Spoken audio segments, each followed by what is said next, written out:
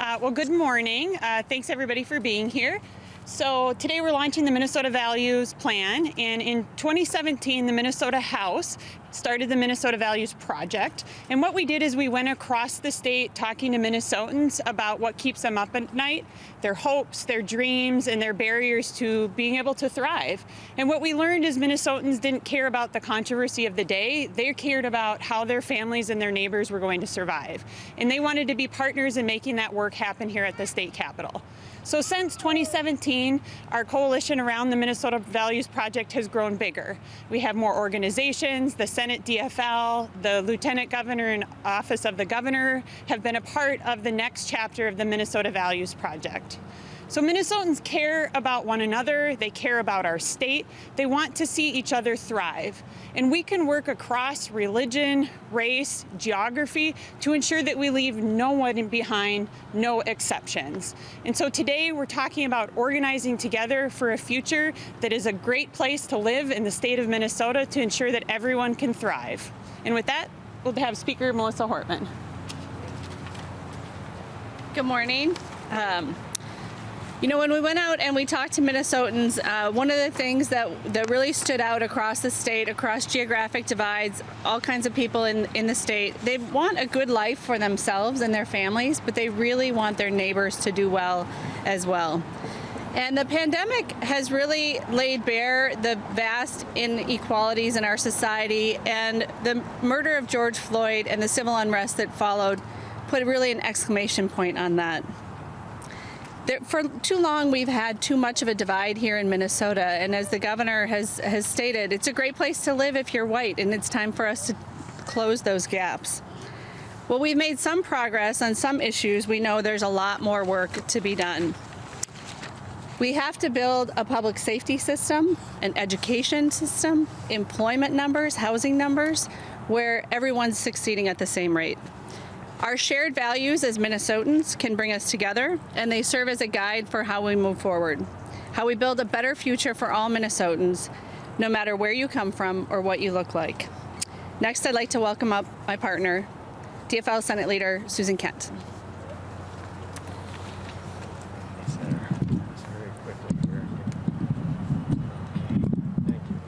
Good morning.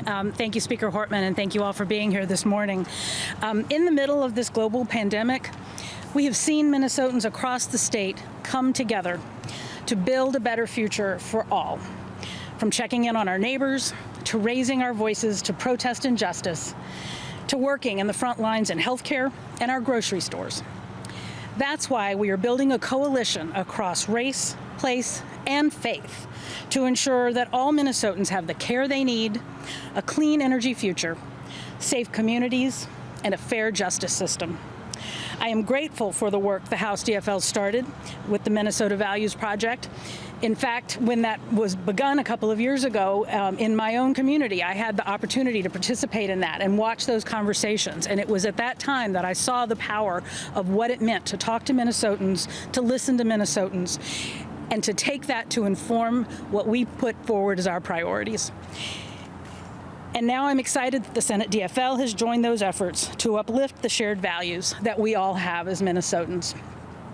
DFLers are committed to ensuring everyone has affordable access to the care that they need, a clean energy future, safe communities, a fair justice system, connected communities, the opportunity to achieve their dreams, and the time to care for themselves and their loved ones. Working together, we can strengthen our communities by improving education, making affordable health care a reality, and increasing economic prosperity for all Minnesotans. In this work of building together, we are stronger. We are building a long-lasting movement that puts Minnesotans and their priorities before division and cynicism. And with that, I will turn it over to Majority Leader Ryan Winkler. Thank you. Good morning. Thank you for joining us today. Minnesota has been a house divided this summer. COVID-19 has laid bare the depth of the economic, health, racial, and political divides facing Minnesota. From a time when we started able to come together and start to address the pandemic with Republicans, with people from across the state, we've moved back into a place where people have been really divided and pushing against this idea that we can come together and make a difference. We're here today because Democrats in the legislature and the governor believe in a shared vision of Minnesota in which everybody can succeed, everybody has a chance to create a better life for themselves, and that our state can come together across political lines, across racial lines, across economic lines, and across geographic lines to create a better future that works for all of us. We have never been more united as a group of Democrats at the legislature as we are right now, and I think that harbors or that will foster a great series of collaborations in the coming months ahead. It's necessary that we do that because the challenges of public policy, the challenges of the economy, the challenges of dealing with the pandemic are greater than they could ever have been before. And we've made a little progress this year working with Republicans, but to really address the challenges facing our state and to address the hopes and dreams and needs of Minnesotans, we need more active state government, and we Democrats are committed to doing that. So we believe the MVP agenda, the Minnesota Values Plan, is a way to bring people together. It's a way to create success in all parts of the state, and it's a way to begin to address the very divisions that are the biggest barriers to our success as a state and our ability to continue providing a decent quality of life. And I think with that, we are ready for questions.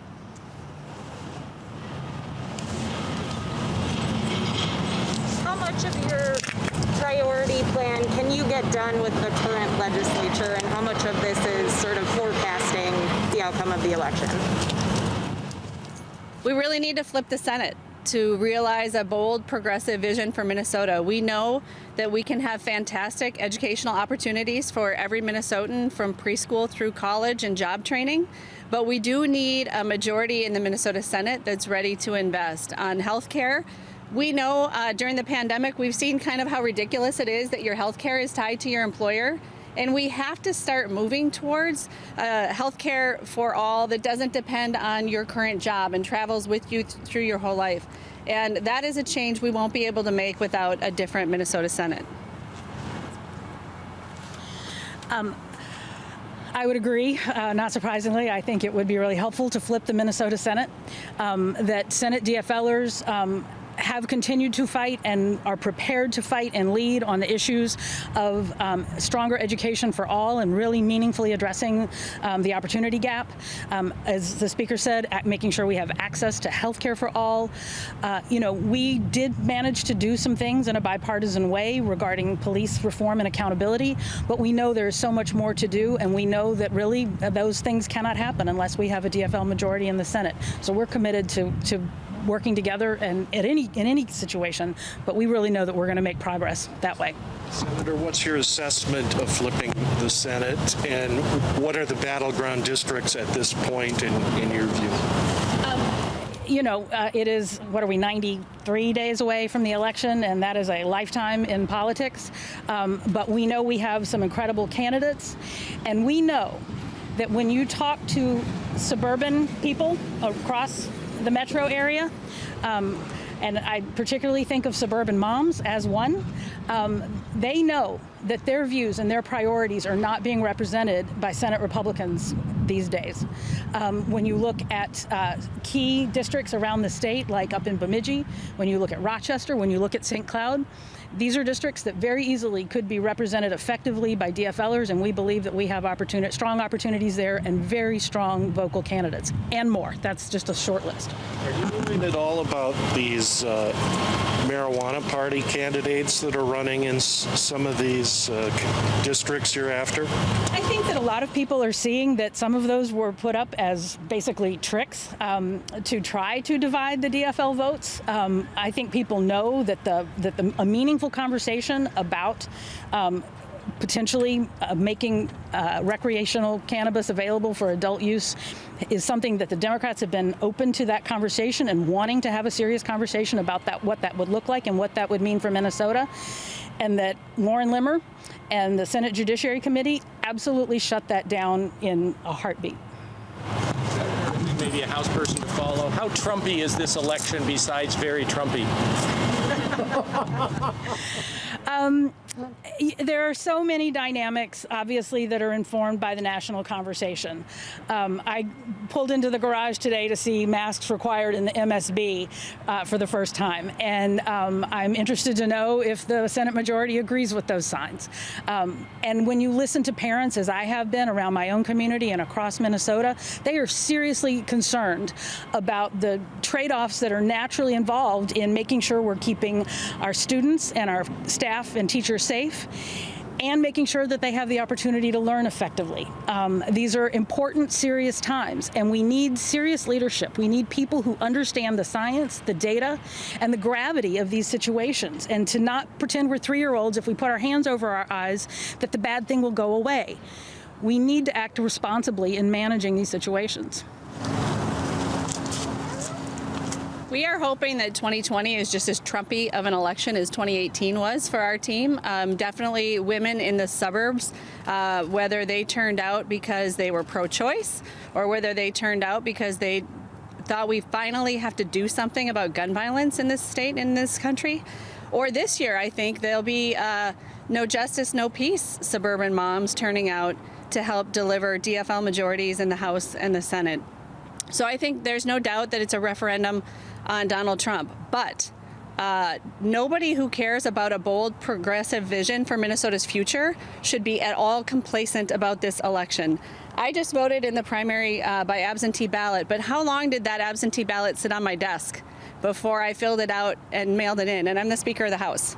So I know there's going to be a lot of people who are going to request their absentee ballots, but we need all those people who request those absentee ballots to fill them out and send them in. And so we cannot be at all complacent about this election. We need young people to turn out. We know young people believe in data and science, so they know that COVID-19 is real. When it comes to Election Day, are they going to be a little squeamish about going to the polling place? I hope that we'll have a really strong, youth-driven absentee ballot drive.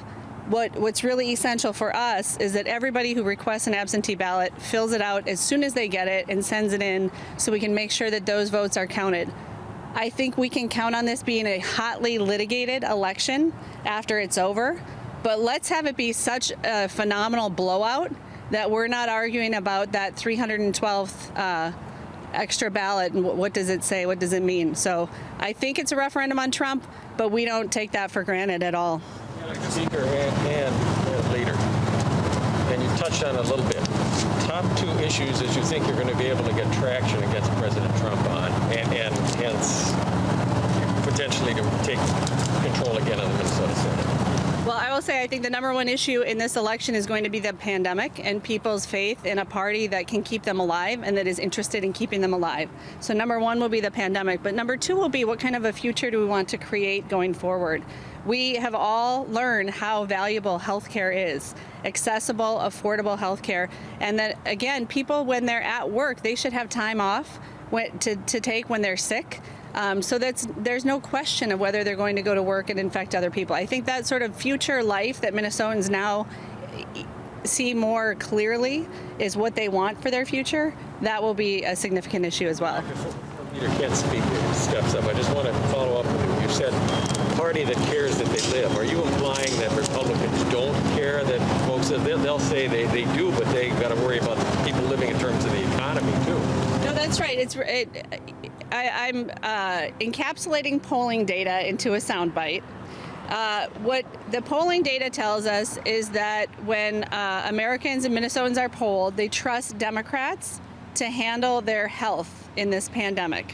So I over shorthanded that with I think that Republicans absolutely do care if people stay alive. But I think the polling data is very clear that voters trust Democrats to handle this health crisis.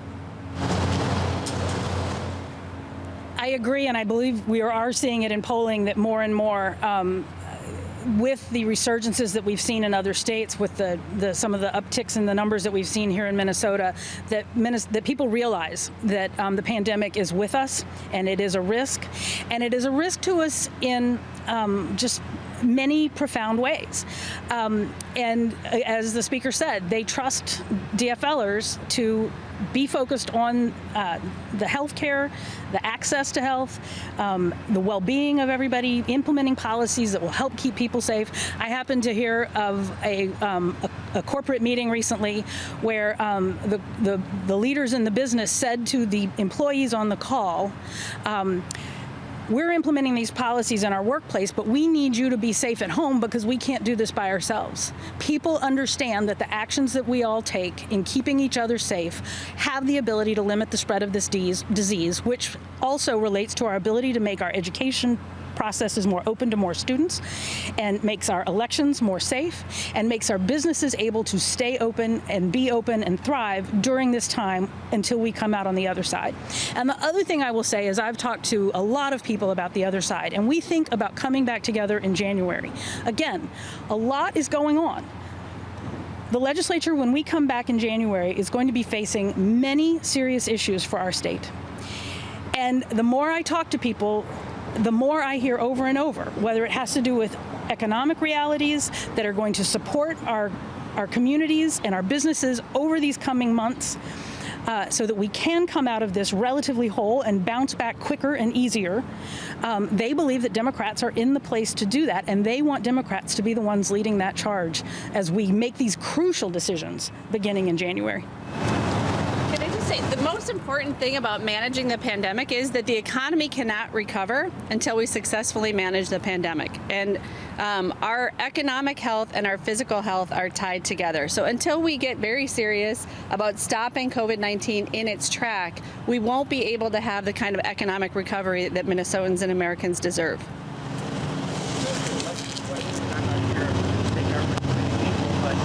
Why should I have to worry about the vagaries of mail delivery to make sure that my ballot is counted? Why don't you guys say that a ballot that's postmarked by election day is a legal ballot? You've got the secretary saying, oh, you better mail by Thursday to make sure it gets there. That's odd. Peter, you're asking the wrong people that question. We actually believe in a statewide mail-in election because it saves people's health, it protects people's right to vote, and it makes sure that our elections are run smoothly and that people's vote is counted. It's the Republicans in the House and Senate whose number one fear is that people will be able to mail in their ballots, and you hear that directly from their party leader in the White House, these wild conspiracy theories. There is no evidence that mail-in ballots does anything other than make the election easier and better for people to have their vote be counted. And so the question as to why the election system isn't working better is only on Republicans. Do you want to say a word about the consent decree? I didn't support a postmark ballot. Peter, we pushed hard for a lot of changes to our election system this year, and we were able to get a little bit of money coming out of HAVA and a little bit of flexibility for local governments. And so the idea that somehow Democrats are standing in the way of mail-in balloting or having your postmark counted on the right day is complete nonsense. Well, and this is really a question for you to ask Secretary of State Steve Simon, but my understanding of the consent decree is that if your ballot is postmarked on primary election day and received within 2 days after that, it will count. Well, why take the risk? You know, why not make sure that you mail that ahead of time so you're not counting on 2 days delivery with U.S. Postal Service when, our president appears to be up to shenanigans in that department as well. But definitely is a better question for Secretary of State Steve Simon. On your long-term agenda, there are at least 3 items on here. Expanding Minnesota Care, pre-K, and also the caregiver wages or salaries. This costs a significant amount of money. You know the numbers that came out on Friday, $1.7 billion deficit. Now, I understand that could change, but chances are it's not going to go to the positives. How do you do that? In other words, how do you make these promises to Minnesotans on the election trail and maybe not have the money to do it and maybe ultimately have to cut when we get back here starting in January? We've been working on this phase of the Minnesota Values Plan for a couple of years now. And a number of the components were in place back around the beginning of this session when, the issue of coronavirus was still very much localized in China. And then as things evolved, we revisited what we had put together. And we said, do we need to make significant changes here in light of everything that's going on in our communities? And then again, that was before George Floyd's murder and what that did to the conversation. And what we realized as we looked at it is this is about the values. This is about the priorities. Those really don't change. What we are prioritizing, the fact that we are making sure that people have health care, the fact that we are going to prioritize our public education system, the fact that we are going to prioritize working families and workers on the front lines who are making such a difference for us at this time, this amazing time in our history, that doesn't change.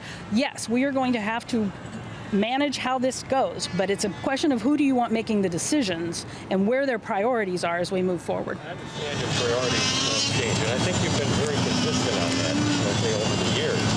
Right?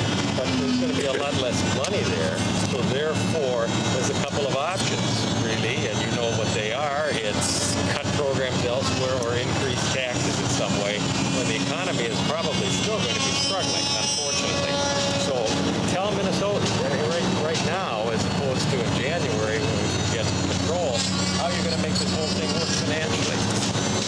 We are going to look at the numbers where they are at the time, because right now we are months away from that, and this is highly changing every few weeks, right?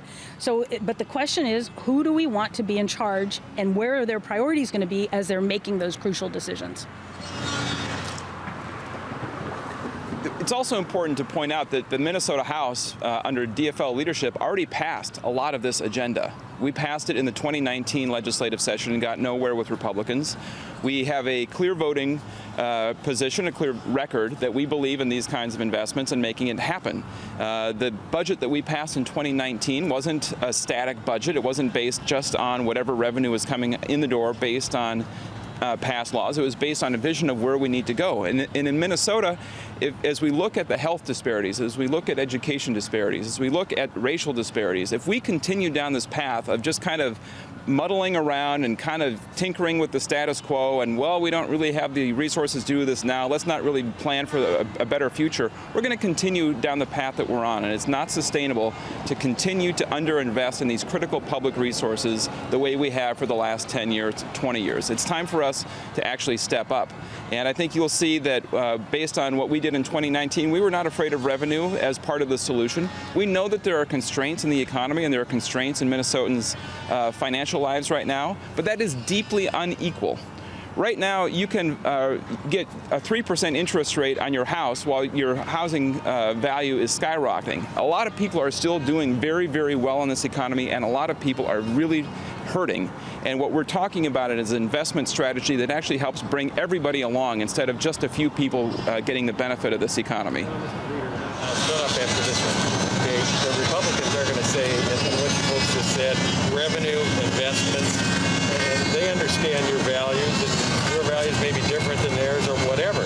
But they're going to say, hey, Minnesotans, you got to be prepared for tax increases when the economy is bad. They'll say that on the campaign trail to you. How do you answer that? We're not going to pass tax increases on people who can't afford it.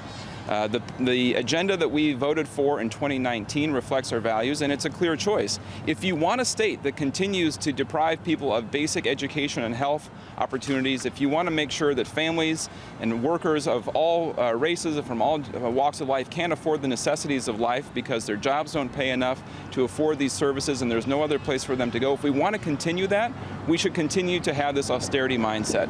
But Minnesota has the resources to invest in people, has the resources to provide opportunity for everyone, and we are not afraid to stand up here and say that we support that kind of future. One more. Madam Speaker, are there ongoing discussions about a bonding bill and potential tax bill, and do you have a sense of when that might come before you again? Yeah, the Majority Leader and I are going to be spending some quality time with Minority Leader Doubt on Wednesday to talk about exactly that issue.